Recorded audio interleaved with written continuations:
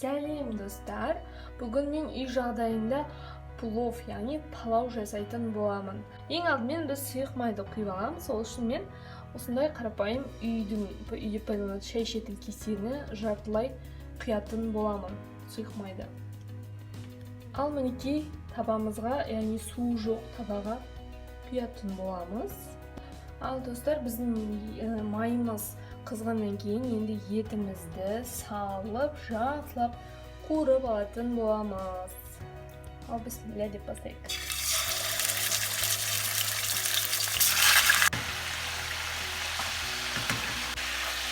Енді осы қуырған еттің үстіне біз туралған пиязымызды салатын боламыз.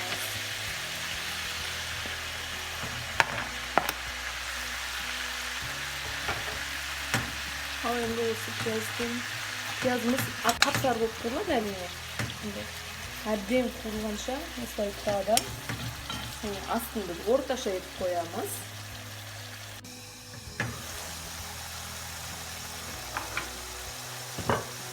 Ал енді мінекей көріп тұрғандарыңыздай әбден қызарып тұрып біздер қуырылып жатыр. Біздер араластырамыз дағы. Осының үстіне енді біз сәбізімізді салуымызға болады. Көріп тұрғандарыңыздай әбден қызарды. Сонымен қатар палауымыздың біздің реңі осы ет пен пиязды қалай қызартып қуырасыз соған байланысты болады. Мысалы сіз қып-қызыл етіп қуыратын болсаңыз, палауымыздың түсі де қызарып шығатын болады. Егер ақшыл болып онша қуырмаған болса, онда аппақ палау болып шығады. Мінекей достар, енді осының үстіне біз сәбізімізді саламыз. Мінекей біздің сәбізіміз.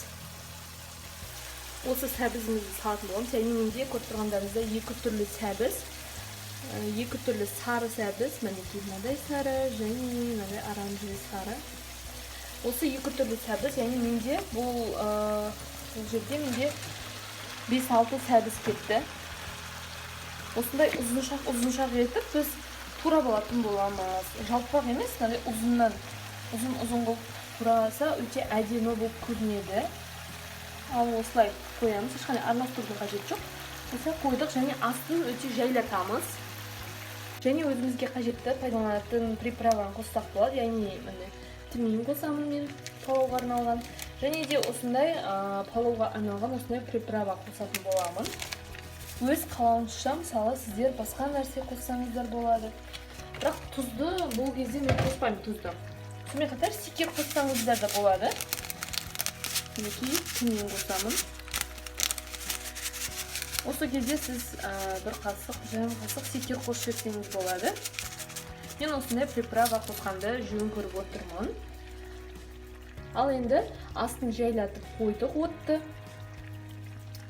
Жайлатып қойдық. Енді қазанымыздың қақпағын жауып 45 минутқа қоятын боламыз. Ал достар, осы кезде біз бір ашып көретін боламыз. Біз әлі араластырмадық. Енді кішкене бір жарты сағат өткеннен кейін осылай араластырып жіберсеңіздер болады. Араластырамыз да әрі қарай 45 минут өткенге дейін қақпағын жауып қоятын боламыз. Ал достар, мінекей бізде 45 минут емес, бізде көбірек уақыт өтті. Енді осының үстіне біз күрішімізді мен бір-ақ рет жуып алдым. Сіз 1-2 рет жусаңыз болады. Негізі күрішті көп жуудың қажеті жоқ. Өзінің табиғи дәмі жоғалып кетеді. Осындай біз жуылған күрішімізді салдық. Енді осыны бетін түзулеп шығамыз, осындай жаямыз, яғни біз салған күрішімізді жайып. Ал енді осының үстінен біз қайнап тұрған суымызды құятын боламыз. Яғни қайнаған су болу керек.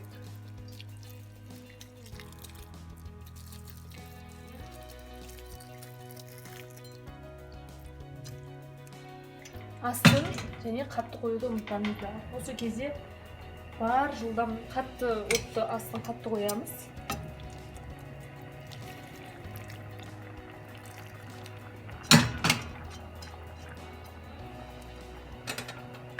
көріп тұрғандарыңыздай міне осындай. Яғни бізді күрішімізді толығымен су басу керек. Және астын өте қатты қоямыз, отымыздың астын қатты қоямыз дағын. Осы судың тартылғанға дейін қайнататын боламыз. Осы қақпағын ашық күйде қайнатамыз. Және достар, осы кезде мен тұз салатын боламын. Яғни менің жағдайымда осындай бір қасықтай тұз қосамын. Осылай жан-жақтарына. Осылай істейсіз. Достар, тағы айта кететін жайт, мен бұл жерде, яғни жарты кесе сұйық майға мен сол кесемен 3 кесе күріш салдым. Яғни бізде өте аз адам, яғни 3 адамға арналған тамақ жасадым мен. Және де жолдасымның жұмысына да алып кетуге жарайтын тамақ бұл бізде. Егер сіз көп адам болатын болсаңыздар, әрине көбейтіп жасайсыздар. Мінекей көріп отырғандарыңыздай суы қатылып жатыр. Және осы жерлерде біз әр жерінен тесікшелер пайда қыламыз. Тезірек осылай әр жерінен айналдырып, яғни тесіктерді пайда етеміз. Тезірек тартылады.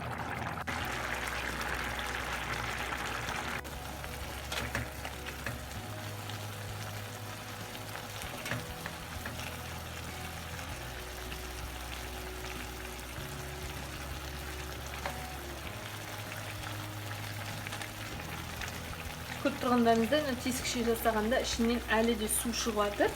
Және бізде осы сулар әбден тартылу керек. Сол кезде біздің күрішіміз күшті болып шығатын болады.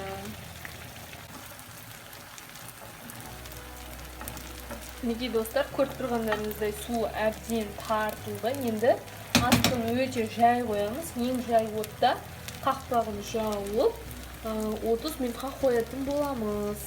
Ал достар, енді 30 минутымыз, яғни бізде қазір 25 минут өтті, яғни 5 минут қалғанда осындай ашып, біз мынау немізді бетін екінші жаққа аударып шығатын боламыз. Яғни сізге қандай ыңғайлы, сондай қасықпен аударсаңыз болады. Мен осындай аз қасықпен осындай аударып шығамын. Яғни бізде осындай аударып шығу керек. Осыны аударып алғаннан кейін тағы 5-10 минутқа қоятын боламыз. Біздің тамағымыз дайын болады сонда. Достар, осылай аудардық. Енді бетін осылай сүйлеп шығатын боламыз бетін.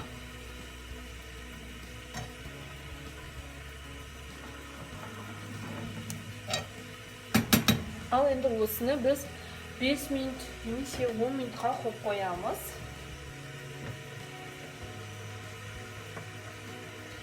Ал достар, мінекей біздің палауымыз пісті. Көріп тұрғанымыздай мінекей өте керемет болып, өзбектің палауынан кем емес деуге болады. Қараңыздар, күшті болып шықты. Ал енді осыны жақсылап араластырамыз да, сөйтіп ыдысымызға салып жей береміз.